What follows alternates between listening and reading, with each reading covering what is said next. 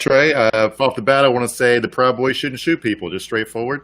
See Pretty how easy to say. easy, see how Yeah, easy that is to just say right out the gate? Not that yeah, difficult, right?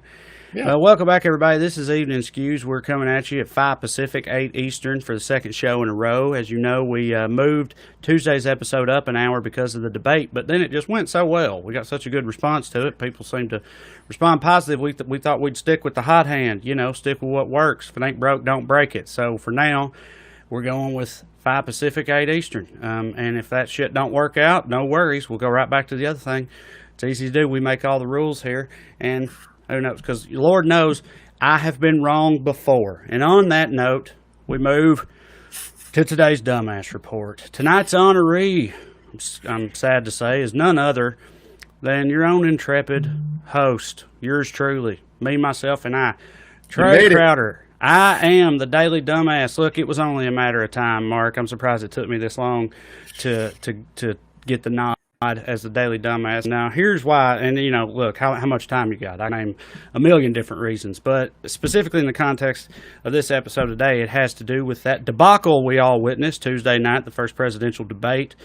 If you've been following the show for a while, or hell, even if you watched it on Tuesday, you know that I have been had been very, very vocal and emphatic about my opinion that Joe Biden had no choice but to debate Donald Trump. I was very in favor of it. My whole rationale was, if you're afraid to match, if you think you can't match wits with this guy, then you shouldn't be in the White House. You can't back down from that. You have to do it.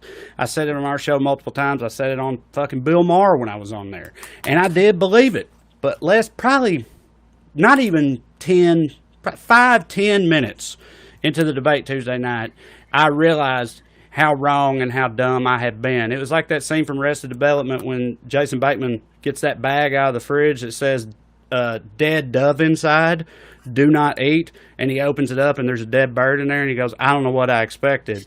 That's how I was feeling about myself in the debate Tuesday night. I don't know what I thought was going to happen, because of course it makes sense that it played out exactly the way that it did, but yeah, I was just wrong. There's nothing to be gained by engaging in that. I don't know what the fuck I was thinking. It was dumb of me, but we were all Well, subject to it, Mark. And how do you feel about it? I don't see. Here's the thing. I'm gonna eat shit on this one too, because I'm also the daily dumbass. Because let's meet in the middle here. Because while it turns out, because it appears to have helped Biden in the polls somehow, to just have the shit beat out of him by this bully for an hour and a half. But you might be a dumbass for watching it. I turned it off after like 15 minutes because that is nothing good can come of this. My wife's blood pressure was up so high that her Apple Watch asked her if she was in the middle of a workout, so I had to turn it off. There was you didn't have any kind of train wreck element to it. I mean, a lot of people, made the train wreck analogy, but sort of like, this is horrific, but I cannot turn away from this. Like, you didn't have any of that going on? Well, I have like people talking over each other, like does a visceral thing. It's like Yeah. it's like a thing from arguing with alcoholic relatives when I was a kid. So Mhm. I can't like that kind of interaction. Just like it's like you can't hear anything, nothing's happening anyway. So I figured if anything eventful happened, I would see 1,000 clips of it on social media, and it'd be in the news if anything meaningful happens. So that's what I watch. But here's what you're probably, since it helped him, you're probably right. He should have done it. So I was wrong there that it wouldn't move the polls. That's what I'm a dumbass about, because like the first post-election poll shows him up 13 it was up 3 points, 13 instead of 10 they had him at last time. But that has to be primarily about the response to Trump, right, as opposed to him, because I thought, and look, I'll preface this by saying I don't blame him. I don't know what any human being could do very much better in that same position, but I didn't feel like Biden, did all that great of a job on his own. I mean, again, like I said, I understand it given what he was dealing with, but I didn't feel like he was out there crushing it. It was just that Trump was making such a fucking mockery of everything and embarrassing every American at once. Well, that's not true. Not all of them. Plenty of them were fucking standing and cheering, I'm sure. But anyway, the bump in the polls has to be more of a negative reaction to Trump, right, than a rallying behind Biden. But I mean, whatever, it works out the same way either way. If you're a normie, one thing to remember is like you get your news about what Trump said filtered through the news, which edits him because okay, I used to be a reporter, right? It's basically considered unfair to write that exactly how someone talks. You do clean it up some because if you put in everyone's ums and their sentence fragments and whatever, it makes everyone look like a moron. So people are in the habit of cleaning stuff up a little bit, but he gets cleaned up a lot. And reporters will handhold him through stuff. He'll say something insane. They'll be like, "Sure, are you saying this? What do you mean by that?" And after they lead him to something that doesn't sound quite as insane and dangerous, then that's what ends up in the newspaper. And also, if you see clips edited from the press conferences, but to watch him speak unfiltered for an hour and a half and just be a maniac, I don't think people see that version of him very often unless you watch his rallies. And even like the rallies, the reporters who cover him will tell you that people rush in and they're happy to be there. And there's like a party atmosphere at the beginning, but once he starts talking, they gradually trickle out because the speeches themselves are really boring, and they've already heard the greatest hits a million times. And I'm sure also for like you said, like normies, people that are just like middle of the road, politically speaking, I'm sure a good chunk of them had that same reaction that you were talking about, that like visceral reaction to like, put aside the context that it's a presidential debate, just any person repeatedly like yelling over someone else talking and interrupting them to that degree, you know what I mean? Like makes a lot of people recoil, I think. Like they want to say like Joe Biden did, like, will you please just shut up? Like it's annoying to even listen to outside of even the context of what is being said. But of course he thinks he killed it, like he's very pleased with the results. Another thing. Yeah, I mean, all the behind-the-scenes reports were that he did great, and people who work around him were afraid to tell him that it didn't go poorly. But they didn't even the first snap polls showed it basically. It was like 55-45, but then the next day stuff like 70-30, because it's like people don't like uncouthness and rudeness. They just don't like it, and people will tolerate all kinds of stuff like. Even within the confines of our political system, we value civility over anything. Like the Senate will debate carpet bombing another country and killing 1 million people, and they will do it in the guise of my friend from South Carolina, the gentleman from so and so. It's like in my mind, it's upside down. I'd rather people call each other motherfuckers and not kill so many people. But this is the system we have, and people are used to seeing politicians be very polite. And here you've got a guy, just being objectively a dumbass, insisting on talking more, even though he's saying shit that people hate. I mean, like, they're fusing to condemn white supremacists, and we're never going to get there in a few minutes, but, like, even racists don't consider themselves racist. They don't like to be called racist. They consider themselves not politically correct, and that's what they liked about Trump. But Trump's refusing to condemn, like, there are groups of people that we all have agreed are racist and bad. Nazis are one of them, right? Right. KKK is one of them. Those are two groups you cannot be associated with. There's another one, child molesters. Right, yeah. We've talked before on the show about Ghislaine Maxwell or whatever, how he also he refuses to condemn her actions too. And these are things, child molesters, fucking racist, Nazis, whatever. It should not be difficult for anyone. I don't care if you're lying about it. Like even someone who is a Nazi, if you're on TV, and you want to hide the fact that you're a Nazi, it should still be easy for any person to condemn those types of actions or beliefs or whatever. It is fucking insane that the president of the United States, just will not do it. And, do you think it's more about, I think Trump is fucking racist. I think, at this point, he is. He's been trying to be racist. Do you think it's more about that, or do you think it's more about him just straight up refusing to, admit any kind of shortcoming or wrongdoing or anything? He values people adoring him more than anything else. This group of people, they adore him, and so he will not, no matter what, imply that they are incorrect about anything in any way. Do you know what I mean? Do you think that is what's going on? He just can't back down, for lack of a better way to put it? First, it's not, you don't have to just say you think he's racist. He's been found to be guilty of racial discrimination by the Justice Department. Yeah, when he was a landlord a bunch of times and sued for it. And it's not this isn't, you don't have to just listen to behind the scenes stories from people that turned on him about the stuff he says behind people's backs. You can just look at literally the way he practiced business. he's been quoted like I like Jews to handle my money, but he won't leave, like he would never have a black accountant and shit like that.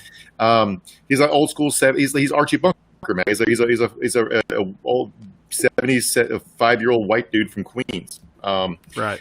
Who was a slumlord. But to your other question about why, like how he answered, like he does have a certain political wisdom here, like his stubbornness. More politicians should not agree with the premise of a question they're asked, because they do get a lot of bullshit stuff, like somehow like every Democratic politician is called on to like denounce looting, like otherwise if you don't denounce it, you're in favor of it. Whereas people, I think smashing store windows is like down the list of the problems we have in society right now. But if we have to say it, I mean, don't smash people's window and take their shit. They're small businesses. They're trying to get But it's like people do that shit all the time. And like if he wanted to do that, he could just say, I dispute the premise of your question because I don't see the Proud Boys racist, and here's why. Proud Boys would tell you they're not racist, but all you got to do is like go on their forums, or in my case, make fun of them on Twitter and have a bunch of anti-Semitic memes tweeted at you about putting Jews in ovens because they think I'm Jewish for some reason. Okay, but I mean, if I'm wrong, it's all such a blur. But the way that like actually played out in real time, if I'm not mistaken, was that to begin with, he was just asked to denounce white supremacists and white supremacy. And then he was like, give me an example. I never even heard of that. I don't even know what you're talking about.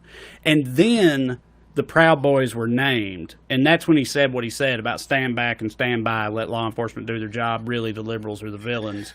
But I'm saying, like, I hear what you're saying, but that's not a trap question, man. For the President of the United States, can you denounce white supremacy? No, like, it should be easy. It did not work for him there. I'm just saying, in general, he does what I think is a good move. A lot of and like younger generation politicians do it all the time. They don't do interviews with media who suck. They just talk straight on their Instagram. So they still get taken out of context. I mean, holy shit! During the debate, Trump did it again, where he announced that the Green New Deal's about getting rid of cows, which is like, right, the liberals are coming for the cows, Ocasio-Cortez made a Twitter joke about how they're going to get rid of cows and airplanes. It's like the next step of the Green New Deal. She flies, people. We all nobody wants to get rid of airplanes. We should make air travel less necessary by having high speed rails and stuff. So but like nobody wants to. How would even get rid of cows work? Is like AOC is going to go around euthanizing cows? I don't understand how it works. But that's what I'm saying is like you can in our modern permanent psy war where information war we're always in, you probably shouldn't grade the premise of questions, but yes, this was a layup. You could just say, I'm against Nazis, next question. Dude, the layup of all layups. So also like here's the thing, like racist hate groups are used to people disavowing them, and they still vote for them because they vote strategically. They know their home's in the Republican Party, even the Republican Party can't be seen with them. So there's no downside, but they did get very dude, to all those groups, to the Ku Klux Klan or whatever, their whole mentality about all of that type of thing is always going to be like, he's just saying what he has to say for the cameras. Yeah. Really, he's got our back, which, by the way, they're correct. That's true. But I'm saying, like, they look at it that way. You have literally nothing to lose by denouncing racist or white supremacists. But, I don't know what else there even is to say about it. I'm going to tell you another way I was dumb about the debate Tuesday night specifically. I tweeted something about, did you guys know that microphones can actually be cut? That's a thing that can happen. Just, being pithy and sarcastic. But what I wasn't thinking about at the time is that, of course, like, Trump, they have to agree to the parameters of the debate and how it's going to work. And I'm sure one of them is you will not mute the president's mic, or either of them, basically. But it's been brought up since. So, like, that Chris Wallace didn't have that card to play, right? So that's not fair. But a lot of people talked about it afterwards, like, why can't we need to do something where you could just, if you go over your time limit or you interrupt the other candidate, you can get your mic cut. And it's such a logical, common sense move to make, but to no one's surprise, Trump has already come out and said explicitly he will not agree to any rule changes for the future debates. And his whole thing is, why would I? I crushed. So why would I allow that? But they also talked about the body that sort of governs that thing is the debate commission, the Commission on Presidential Debates. And he was talking about that specifically. Well, his campaign, some members of his campaign were talking about the CPD that runs the campaign, the debates. And one of them said, Joe Biden is a creature of this city. He's been cozying up to this city's wheelers, dealers, and insiders for the last half century, and lo and behold, that's exactly who runs the debate commission. And another Trump campaign spokesperson went even farther, calling the debate commission, quote, permanent swamp monsters. So, seems like they're not going to make too many moves to, I mean, the idea that we need, these guys always break the rules, right? Every presidential debate features a lot of rule breaking, but usually people listen to the monitor or their moderator when they're called out for it. But Wallace did some weird shit the other night. Like he presented questions as Mr. President, you'll like this one, right? When he was setting questions, and he also one time it was Biden's turn to talk, but Trump was interrupting Biden, and Biden was trying to talk over him, and Wallace interrupted to tell Biden to let the president talk, and Biden just rightfully, because it's never a good look to complain to the refs in sports and life. It's like to complain about, to whine about things being unfair is not a good look. So he did the right move and he just shut his mouth and let Trump talk, because that was the best move. But there's no mute button in real life debates. Like me and you get in an argument on the show, we were adults, so we let each other talk. But the mute button would be humiliating for him, as it would be American society. Of course it would. But yeah, dude, absolutely. But to me, it's a thing of you got to fucking do something. You know what I mean? I don't know. People get their mics cut, if you want. But I get it. He's the president. There are debate rules agreed upon beforehand. It's not going to happen. But it's just, oh my God, it's so frustrating. And there's another aspect of that is apparently, I guess they're trying to convince Trump. The Republicans, are trying to convince Trump to cut back on the interruptions and the over talking and everything, because they say letting Joe Biden talk will actually help Donald Trump. So they're trying to give him some reverse psychology or something, just in an effort to try to get him to shut the fuck up, because they're like, no, let him talk. He'll say dumb stuff, and that's good for us. What I'm saying is, please, God, stop this shit. Ari Fleischer was on, I think, Fox and Friends yesterday morning, which is the president's best friends, and he was literally holding up a whiteboard. He'd written the 3-point plan for the next debate on it. They had 3 one-word things. It was like 1, be more civil. 2, let Biden talk. It was like you would give a child a word an object lesson, and it was very weird. But then today, Kevin Murphy, they're all doing this. Fox News runs the country, right? Because that's where the president gets his information from, and he gets his direction from, and he gets the marching orders, even though he doesn't think of it that way. But so they're all going on there telling him that Joe Biden sucks so much. I know you killed it talking all the time, but if you just let him talk, America will realize he's stupid and you'll win. It's like, right. That's the way they're trying to handhold him into being not looking like such a giant asshole on television. But the next debate is the one where the regular voters ask the questions. Can you imagine? I know, dude. I know. Yeah, man, absolutely. I'm glad you brought that up. You're right, because that's always a thing they do in the presidential debates at one point or another. They have actual voters, real life Americans, who have a chance to question the candidates. And yeah, man, what is he gonna fucking say when some, Muslim lesbian gets up there and asks him a question about his response to the pandemic or whatever the fuck? I'm a Somali immigrant. If you're on his team, you've got to be shitting bricks at the prospect of that specifically after what happened Tuesday night. Yeah, I'm a single mother of 2, relied on my mom for childcare. She just died of COVID, and hoax. Yeah, coronavirus, right? Yeah. You said earlier you were talking about the host, one of the hosts of Fox and Friends, giving him tips on air for what to do better next time, and you said it was like the way you would address a child. You reminded me of something, just a light-hearted little note, personal note, also about the debate. I'm sure a million people tweeted a version of the same thing at the same time.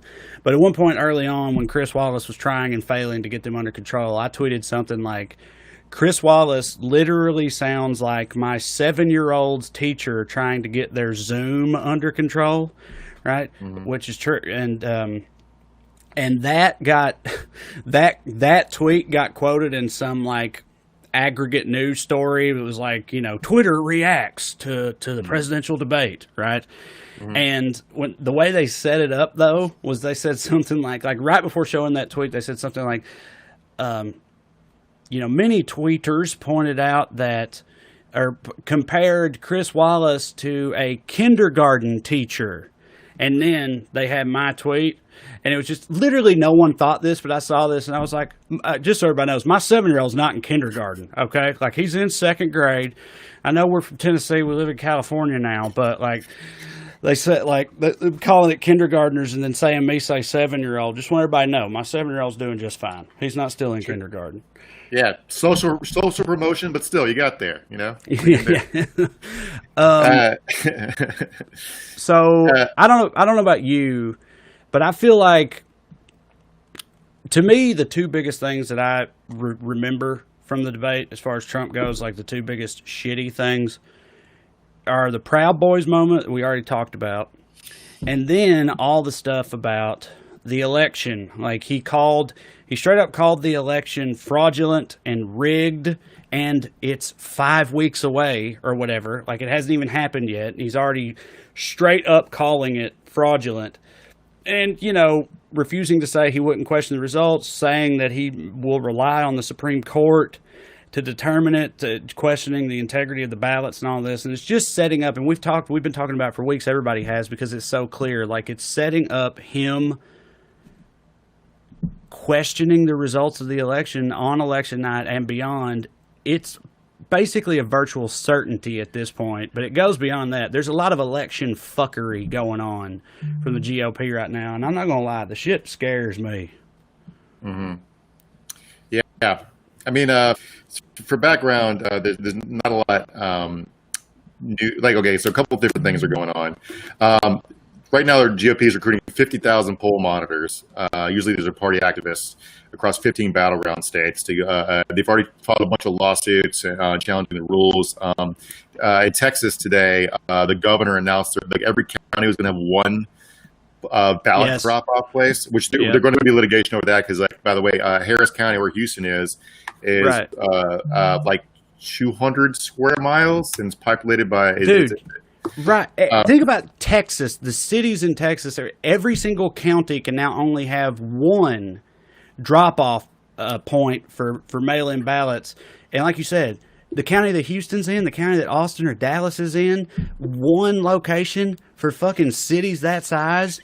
It's insane, man. I don't know how you could possibly justify that. And of course, his justification is that it's like, well, we have to be able to monitor the legitimacy of the process, but it's just fucking voter suppression like all this other shit is. But that's crazy, man. Yeah. The poll watching stuff. So just so everybody knows, what changed was there was because Republicans were doing this shit in the early '80s, and Democrats filed a lawsuit being like, "Hey, what the fuck? This is straight. They're one side has people there objecting to every ballot."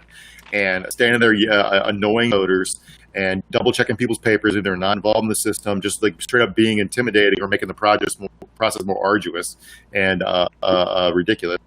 And so they got what was consent decree, basically forbidding Republicans from doing this shit.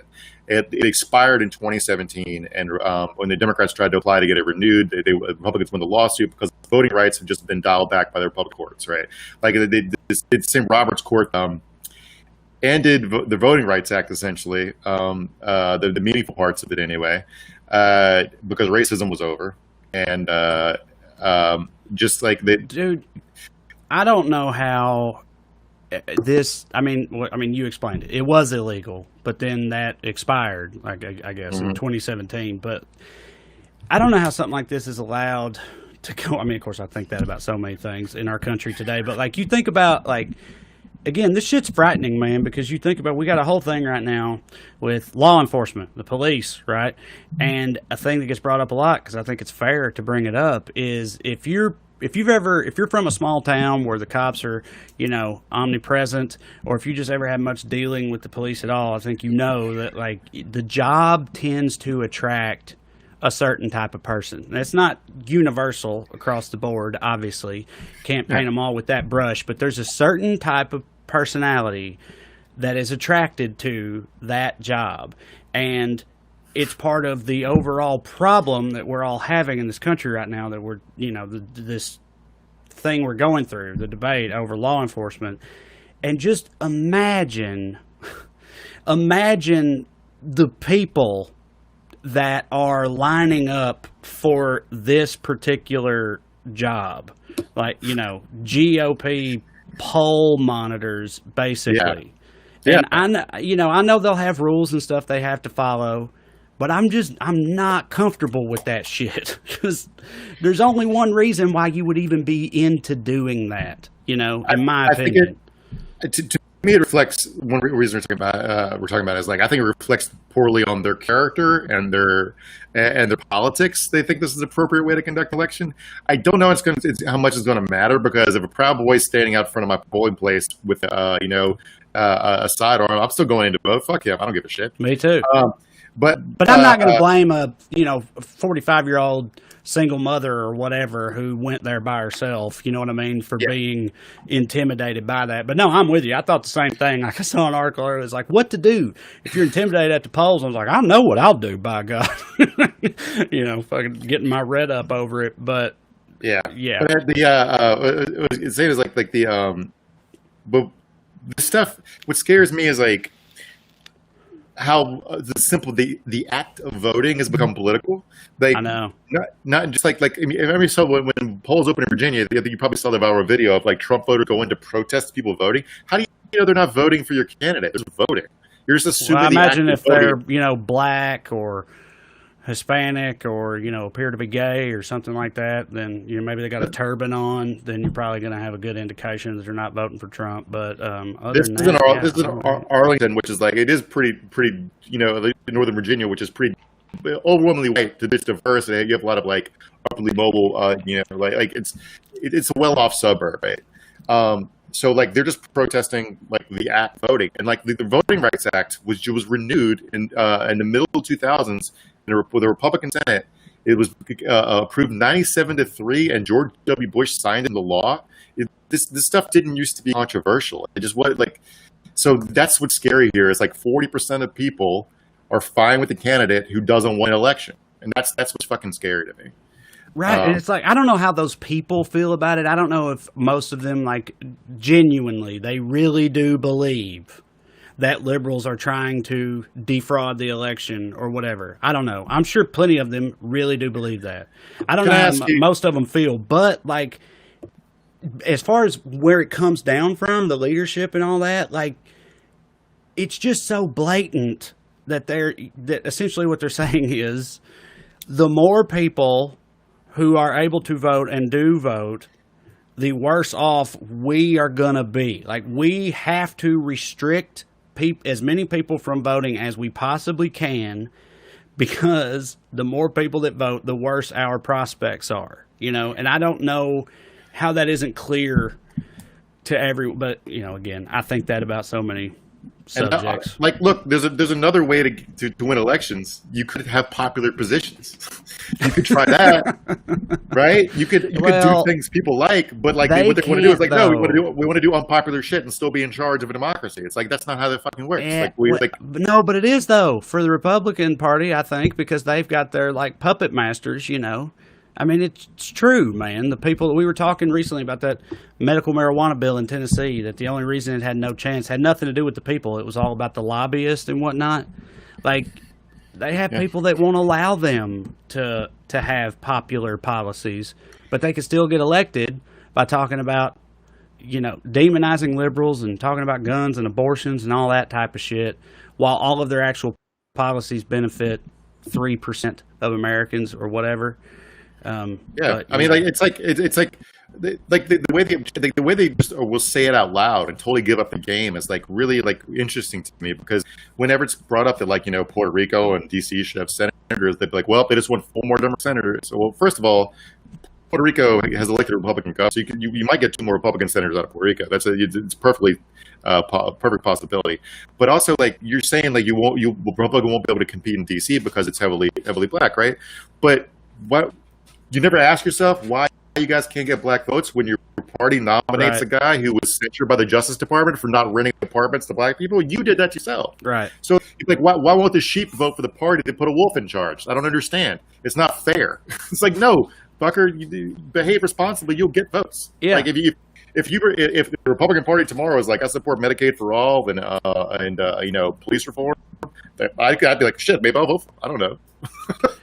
It's like gerrymandering, or whatever. It's like if we're not allowed to carve out the districts in this very, like, seemingly arbitrary but precise way that will guarantee that we have a fighting chance, well, then we'll lose. Like, if we can't do that, we'll lose. It's like, well, that's how democracy is supposed to work. Like, there's just so many ways they stack the deck in the river, and like you said, aren't even really that secretive about it. They're pretty upfront about it, and it's okay with so many people in the country because it leads to the result that they want. You know what I mean? Despite no matter how inherently bullshit any of it may be, all they care about is the outcome. Well, that's how through the looking glass we are. Is like a lot of people don't even like the result. There was an interview, a news article talking to Trump supporters about healthcare a couple days ago. I read that was astounding. Like, even though he signed this stupid executive order pretending to be against for covering pre-existing conditions, it didn't do anything. While his administration's in court trying to overturn the Affordable Care Act, which would remove any sort of protections for pre-existing conditions. And this woman literally says, well, I don't think he'd actually let them remove political pre-existing conditions because in his heart, I know he cares about us and he wouldn't do that. Tucker, he's telling you he wants to do it. So, Right. like, you just want to vote for him because I don't know, affinity for white people or whatever your reasons are. But he's telling you he's going to take away your kids' health care. And you're like, I just don't believe he'd do it.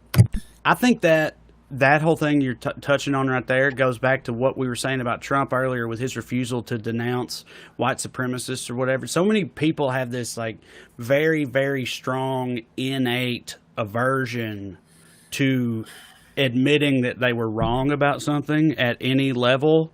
And a lot of these people man, they were basically born Republicans. They've been Republicans their whole life. And, they're 40 or 50 or whatever, all through Reagan and Bush and all that stuff. And it's like, it's a huge part of their identity. And part of what goes with that is Democrats are the bad guys. They're the villains. So I think a lot of people's minds, it's like, well, I know for a fact that the Democrats are going to hurt me because that's all they do. And sure, he might be saying this stuff that seems bad to me, but I just know it. It's like faith in the Lord, man. It's like, I know that really he has my best interest at heart. I really think that that's how a lot of them, like, feel, or how the dynamic exists in their head. And, like, man, there is nothing you can do in the face of that type of shit. Now, I don't think that's all Republicans, but I think there's a good chunk of, like, the fervent Trump base or whatever that's how their brains work.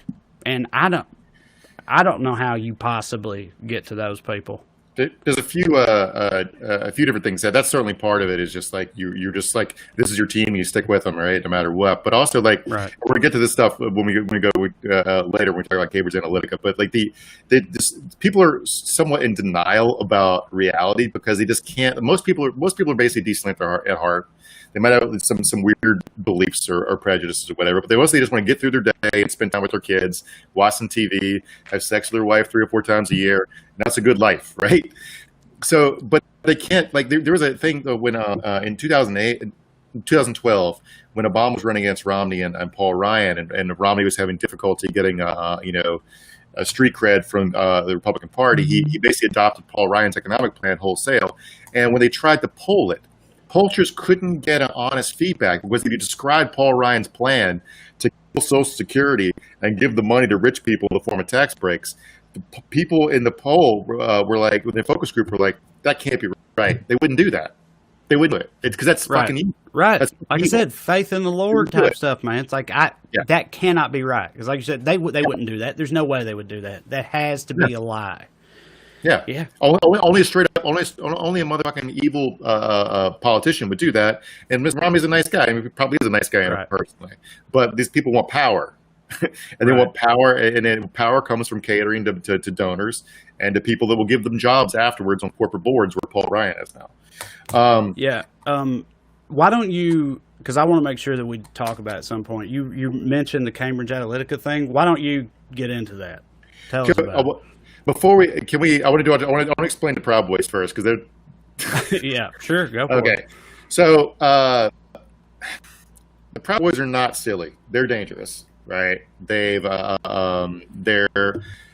quasi militia who dresses up silly, so you don't take that's where Nazis always play around as goofs. They also have a silly name. To be fair, Proud Boys. They're named after a musical sounding. They're founder Gavin McInnes used his advice before he was run out of there. And by the way, he's disowned the Proud Boys because they got too virulent for him. But he named them after the musical Aladdin, and they say there's a one version of the musical where the song "I'm a Proud Boy," Aladdin sings it, and that's where he got the name from. He saw that musical with his son. So they're the fucking Arabian Nights tale, the Disney version of that. That's where he drew the inspiration for his, white men's rights group. He so with the problem, it was Joe Biden that brought up the Proud Boys, and they're arguing about this. He's talking about like I don't know about specific groups, and Joe Biden's like, "Will you tell the Proud Boys you disown them or whatever?" And so at that moment, if you look at like the internet search history for Proud Boys, it's fucking through the roof, right? So Joe Biden just did a recruiting ad for the Proud Boys. If you don't know who they are, just a little bit about how fucking ridiculous they are. So there's stages of initiation, right? Level 2 is you get beat up by members while listing 5 breakfast cereals. All right. Stage 3 is you agree not to masturbate more than 1 time per month and get a tattoo of the Proud Boys logo.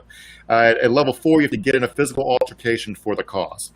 Now, okay, to be clear, this is like, because this is sort of like when people talk about like what Scientology believes and that type of thing. Like when South Park did the episode about Scientology's beliefs, they had to put a thing at the bottom that was like, no, listen, y'all, like this is literally what, these are not jokes. This is what they believe. Yeah. And that's what you're doing here with the Proud Boys, right? Like this is all literal and legitimate. And what their basic founding principle is that Western culture is under assault. The idea of masculinity is under assault, and it must be defended from in feminism and an influx of hordes of brown people. Now they do have brown members and brown sympathizers because they're not us. They mean the new ones coming in. They like us, right? That's always the jig. Anyway, they're stupid and they suck, and you're about to see a bunch of fawning profiles about this silly subculture group that doesn't jerk off, and like you're going to see interviews, and it's the same that they did with the alt-right and Richard Spencer, because they wade into this stuff, and because they wear silly clothes, they're not threatening, right? So it's the way yes, it is. Real quick, if you know about this, go ahead and tell us about it. Otherwise, I'm looking it up to make sure, because you're talking about how silly they are and whatever. But you mentioned their founder, Gavin McInnes, one of the founders of ICE. He like once, do you know the story? To own the libs, he shoved a dildo up his own ass or something like that, like while streaming it. Do you know what I'm talking about? I don't remember that one. There was the other guy, the Joey Salads guy, who drank his own piss in the live stream to own the libs. Somehow. To own the libs. I know about that guy too. No, Gavin McInnes, I think, and I've found it on Reddit. Doesn't mean it's true, but I've seen this before too. That apparently one time in a stream, in order to own the libs, he shoved a dildo up his butt. So that's what we're dealing with here. Well, anyway. Just for the record here, the way the New York Times covered Hitler was as a little maniac who wasn't a real threat. So like this is always this jig there. They're always a little showman. But like while the subject of internet maniacs and election fuckery, Jacob Wohl and his buddy Jack Berkman were finally arrested today for running fake robocalls telling people not to vote in Detroit. That guy's been trying to go to jail for fucking a decade. He's a very silly piece of shit. I'm glad he's going to happen for him. Good luck, Jacob, in jail, Jacob. All right, now we can talk about Facebook. Go for it. Tell us about it. So, UK's Channel 4, which is like a investigative news, their investigative news team, uncovered a bunch of shit about Facebook and Cambridge Analytica. They had been uncovering it for years. The blockbuster from a couple days ago was the Trump campaign used Facebook data to target 3.5 million Black Americans they figured were listed as possible category for deterrence. They'd be easier to deter from voting. And without an understanding of Facebook's business model, which most people don't have, and going back to what we were talking about earlier, where like a lot of people slide through, you wouldn't have seen that's how it works. So on Facebook does is it builds a really intense profile of your psychology and how to manipulate you. Because that's what advertising at its root, radio advertising, TV advertising try to do it too, but they don't try to do it specifically to you. Because what Facebook does is they can make an ad specifically for people just like you and targeted just like you. So if there are things that make you mad or traffic, you'll see an ad about the Trump administration's plan to ease congestion on roadways or whatever. That's a benign example. They also do it with hateful stuff. So anyway, so basically what 3.5 million Black Americans are about to be hit with is a bunch of ads about Joe Biden's criminal justice record. And none of us will know what people are seeing because only those people will see it. So they won't even be covered. It can't even be given oversight by the Federal Election Commission because it's that narrowly targeted. All right. So like, here's how I see this.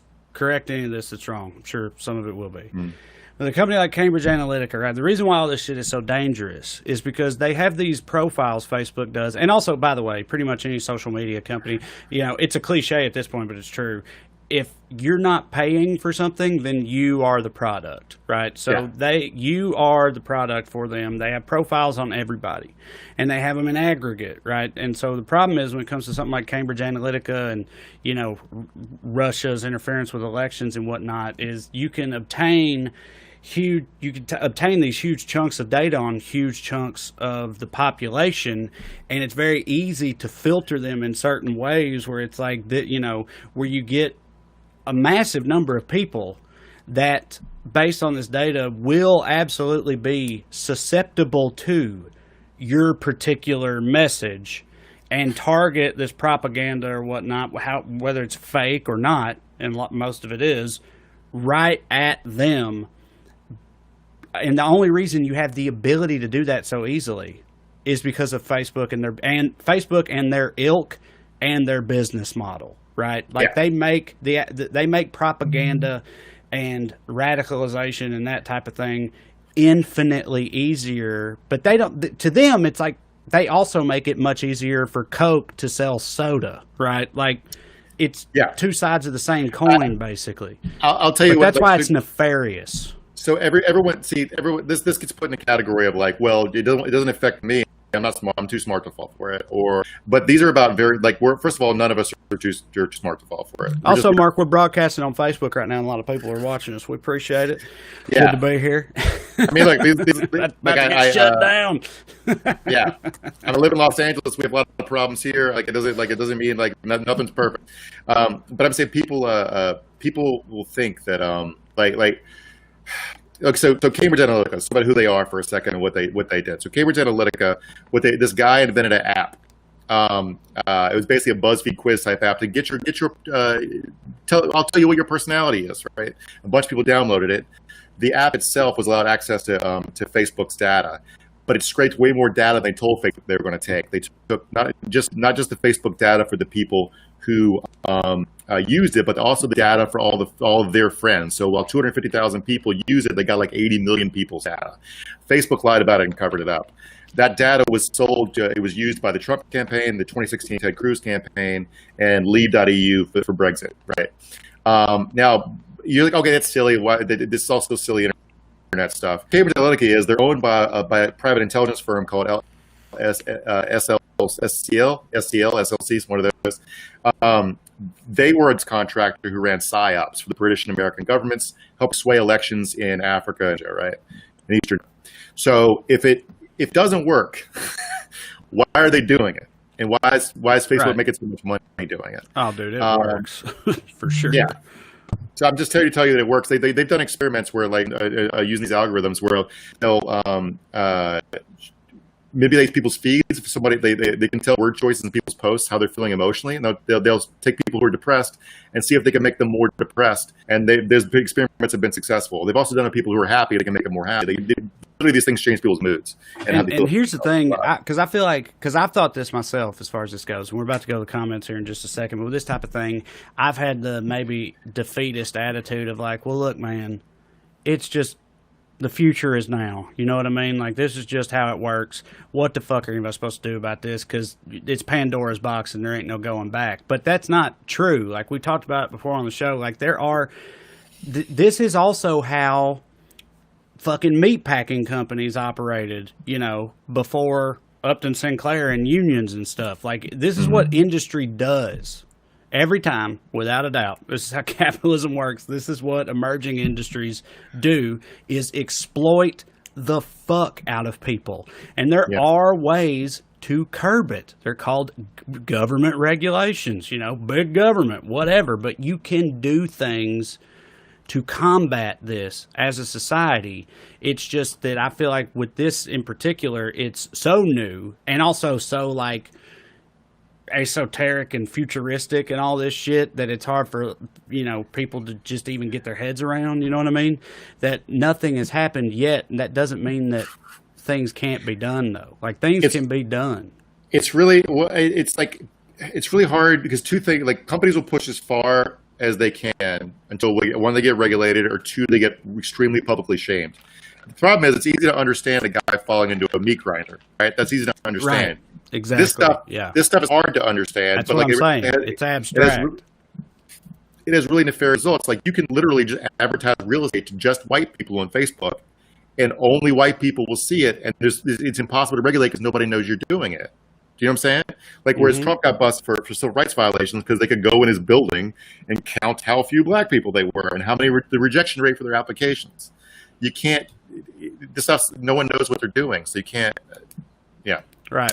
From YouTube, E. Hoofnagel says, the problem is that tech moves faster than the government can work, and those tech companies make lots of money, so they have sway over the regulations made over them. And yeah, I think you're right. Like, it's the government moves at a glacial pace, and everybody knows it. It's so bureaucratic. And with something like tech, it is hard for them to keep up with. Also, like, think about the people in government who make these laws or who are in charge of curbing this type of activity. Think about them and how old they are on average. You know, they don't know. 3,000 years old. Yeah, man. They don't understand this shit. They, like, I mean, how could they? I mean, that's like, there've been leaks out of Facebook. They know what's coming, and like they've said that Mark Zuckerberg knows they'll fare better under Republican administrations regulatorily, and so that's why their platform is easy to use as a conservative disinformation platform, precisely because they don't want to do any pushback for it. They don't want a partisan consensus. They need to be regulated. But so like, when Democrat, sorry. No, go ahead. Finish your thought. I see that comment. So like if Democrats don't do something to, like, literally all you got to do is make it so they have to, like, not the algorithm, like, turn the algorithms off where you see posts in order, and have it so groups are recommended. I only go to when I think about, I want to join a group that's for cross stitching, I can go join that. That's all they have to do. It's not a free speech issue. Just turn off the algorithms. Yes, that is not a weak. That's not a weak. I don't know who this is directed at, whether another commenter or somehow at me. I don't feel like I've implied that it's weed, but from YouTube commenter, the new centrist said, that's weed vape, dumbass. It has a pod. And no, you're right, it's not. It's just a regular Juul like all the kids love today. Look, I started smoking when I was 16. I'm not proud of it, but it's true. You know, I'm fucking white trash. What do you want me to tell you? I haven't had a cigarette in, I don't know, over a year for sure, 18 months, something like that. And I know this shit is still nicotine. I'm not sitting here acting like it's, like, good for me. But as somebody who smoked for 16 years, there is no doubt in my mind that this shit is preferable to that shit, and I'll take it for now. I'm not trying to sit here and act like this is totally fine. Please don't hit me with the proselytations and everything over here, because you're right. This is also bad, but I'm not judging. I'm not judging because for two reasons. I'm not judging because I can vouch that it's not a weed vape because Trey has let me hit his nicotine vape a bunch of times, which is a thing that will never happen again because the society has changed because of COVID. Yep. Andrea Keeling says, "Are we not going to discuss 45 blasting Biden's son in the debate? Biden had more restraint than I would have." I'm glad you brought this up. I agree completely. As a dad, this was another thing that I tweeted about because it pissed me off in the moment. And I said something like, because this is how I felt about it. If someone I was debating responded to the bringing up of my deceased child by calling my other child a fucking cokehead piece of shit, basically a sorry ass drug addict, I don't think I have the strength of character to do as well as I think Joe Biden did in that moment. Like, I would fucking, I'm throwing hands. I'm not going to I couldn't handle that type of thing. I agree with you completely, Andrea. He had more restraint than I would have too. You can't name something that would infuriate me more than that shit right there. And also another thing I'll say is somebody with a drug addict parent and numerous drug addict family members, outside of even just that part of it, the restraint that he had, him looking right at the camera and saying, like, look, my son had a drug problem like a lot of people have, but he worked on it. He's still working on it, and I'm proud of him or whatever. Like, I love to see that shit because drug addicts have been demonized for so fucking long, and that's exactly what he should have said, So, yeah. I don't know. What's funny is you and I predicted that exact scenario almost. We thought he might shit on Bo, but he shit on Hunter. While we were talking about Bo. So, yeah, it's a bad man. Kevin Reynolds said he's quoting me. It's so esoteric. You know what I mean. Actually, no, Trey, I have no idea. That's fair. Abstract is what I clarified it to later. That's what I should have said. But it's like Mark said, a guy falling into a meat grinder and ending up in the sausage, that's easy for people to understand.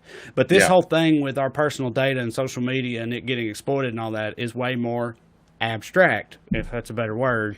And thus, it's hard for people to wrap their heads around. It's highfalutin. Yeah, that's what I meant. That is what I meant. So, clarify that for you. Yeah. I know we Mark. Apparently, we got a problem with ageism, man. We get comments like this every week. Seems like we end up upsetting some aged Americans. Deborah Webb says, "Watch that ageism comment. I know young people who aren't tech savvy." You're 100% right. You can go find. There's a hearing 2 years ago where Mark Zuckerberg was testifying about this Cambridge Analytica stuff, I think, and Orrin Hatch, who is not in the Senate anymore, but it was old because he's old as shit. This is not him being old here is not the problem. The problem was he asked Mark Zuckerberg, how do they make money? And he said, advertising, Senator, after a long pause, because he couldn't figure out that Orrin Hatch had no idea what Facebook was. He had no idea. And that's the problem. It has nothing to do with hip grandmas who know how to, obviously if you're watching the show, you know how to use Facebook or the internet or whatever. This is not, we're just talking broadly speaking about people who don't use this stuff, who are tasked to regulate it and have no idea what it is. So. This is just somebody glowing us up here, Mark. Sean Vilo says, "I'm from the south side of Chicago, and I think you guys are great. Killed my southern stereotypes." Well, we appreciate that. The south side, though. So, yeah. Aggie Cajun says, "Nothing wrong with a weed vape." I agree. I got no problem with a weed vape at all. Yeah, I'm just clarifying for people that that's not what this is. Also, I got no problem with weed whatsoever. I'm such an insane lightweight when it comes to weed. I can't even hardly fuck with it at all. I'm all for it being legal. Got no issue with it whatsoever. But I just can't. Let me tell you that I live in California. They got the edibles out here. They're all standardized, and you get usually they're in 10 milligram per edible. If I eat a quarter, I'm not exaggerating. If I eat a quarter of one of those 2.5 milligrams of THC, I will commune with the void for 2 hours that night while I'm laying in bed. It goes south quick. I'm jealous of people that can enjoy marijuana on that level anymore, and also people that actually find therapeutic benefits from it. I'm all for y'all. But I I gotta watch it, man. It fucks me up. I'm not a heavyweight by any means, but but yes, I mean, as soon as this is over, I'm gonna hit my vape and put laundry and watch football. But because I have my job just wrapped up, so I'm off for a while, forever maybe, who knows? And nothing else to do. But also, like, people, if you don't live in a place with legal weed, a weed dispensary is not like a Costco or like a food in the wall or shitty diner. It's like a lobby of a nice hotel with like people. It's like it's like a fine dining experience. That's what legal weed like in California. So advocate for it in your state. Yeah, you're right. They're like sommeliers in there. Sommeliers for weed. Yeah. Brittany Simone says his bestie, the Buttercream Dream, shoves it up his butt. And you're right, he does. Corey Forster, everybody shoves it up his butt. I know you're talking about weed, but we don't have to clarify. Look at this. See, like this. I'm okay. Just 200 milligrams. I know. Holy that's shit. what I'm sticking with the subject of weed, and I believe you, Robert. We got a comment here from Facebook. Robert Rhea says it takes me 200 milligrams, and I believe you because I know comedians who will take at least 100 to go on before they go on stage, and I cannot rap. That shit blows my mind. That's what I'm saying. Like something about our blood or our physiological makeup between me and you, Robert, is very different. Because I would have to go to the emergency room. I'm not kidding. Like I know you can't overdose on weed, but I would lose my motherfucking mind with 200 milligrams. Crazy. Things are so standardized here. Like a hit off a vape is about 5 milligrams. So that's 40 hits off a vape. Go get your lungs checked out. But there's a Vice, it used to be this Vice show. I forget the name of it was, but it was about people following their dreams and trying to launch their own small businesses and just follow. It's like a true, like MTV, like a true life thing, kind of, right? Like a version of that. And this guy was launching a marijuana bakery company in the Bay Area. And he was like, I don't understand why my business ain't taking off. And he was going to give out free samples. And he ate one for breakfast on the way to this thing. And to show the label, 350 milligrams, this muffin that he ate on the way to work. And I was like, you're selling 350 milligrams? Like, are you telling people to take one little nibble? Because like that for a normal person, that's insane amount. Yeah. I know. All right, Mark, I'm telling you, you're upsetting people with your ageism over here, Mark. Patricia Arac says Mark, old as shit? Really? You'll be old as shit someday too. We all get old and weak. And yeah, I know what he's about to say. He is. Mark's old already. I live that long. I'm 42. I'm old as shit already. I mean, I feel that way, but I know what you're saying. Again, this isn't directed at you, Patricia. It's like not all old people. Okay, yeah. I'm talking about just watch the Senate hearings. They talk about this stuff. They don't know what they're talking about. That's the only problem here. My problem's not with them being old. The problem is with they don't understand what they're regulating. That's all I'm saying. Tanya Johnson says, Trey, will Trump still think the system is fraudulent if he wins? Yes. Well, it's been pointed out a million times before, but he bitched about the results of the last election, and he won them. Like, he disputed those even, and he won. So, I mean, yeah, he will. Like, even if he did win fair and square, legitimately, somehow, yeah, he will still say that it's rigged. Like he would say that Biden shouldn't have been as close as he was, or whatever. I guarantee it. And Republicans use them as a blunt instrument to limit more mail balloting, and they'll lock in. Like they'll make it much easier for Don Jr. to be next president or whatever. Mm-hmm. Yeah. Let's see here. What? Oh, damn it! Shit! I clicked the wrong one. I meant to click one that said, you guys are awesome, but they had autocorrect and it turned you, so it said toy guys are awesome. I was just, so yeah, I like toys too. But we got Whisper Mason here says, Alex Jones is the political John Madden. I got love for John Madden, man. Like he's, and the thing that John Madden did was state the obvious, right? I feel like that's what John Madden's known for, stating the obvious, and that's what people made fun of him for. And I don't feel like Alex Jones is stating the obvious. No. Like, here's a guy. Was John Madden's thing was here's a guy. Yeah. Here's a guy who's like a frog. The chemicals are turning the frogs gay. That's one of Alex Jones's thing. The chemicals in the water are turning the frogs gay. Yeah. I don't know if you're an Alex Jones fan, man. I don't know. Probably don't be. I can't figure out what they. Yeah, let's see. Let's find one more thing if we can.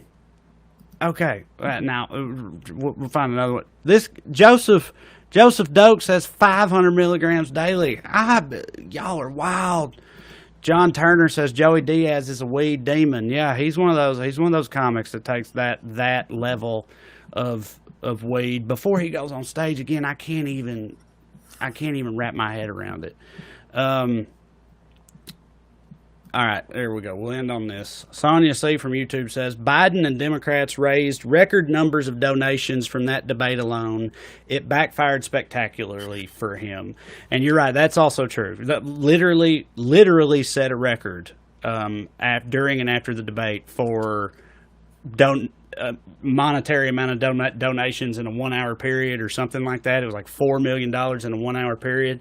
And so you're right, and Mark was right. Listen, I still consider myself a dumbass, but I appreciate you and Mark trying to, make a case for why it wasn't dumb here. It is a dumb thing to have happened, but like if this is politically effective, like for Joe Biden to show up and just let Trump cave his head in for an hour and a half, like Muhammad Ali or Rope-a-Dope or what Rocky did in all his movies, just let the other guy beat the shit up until he gets tired.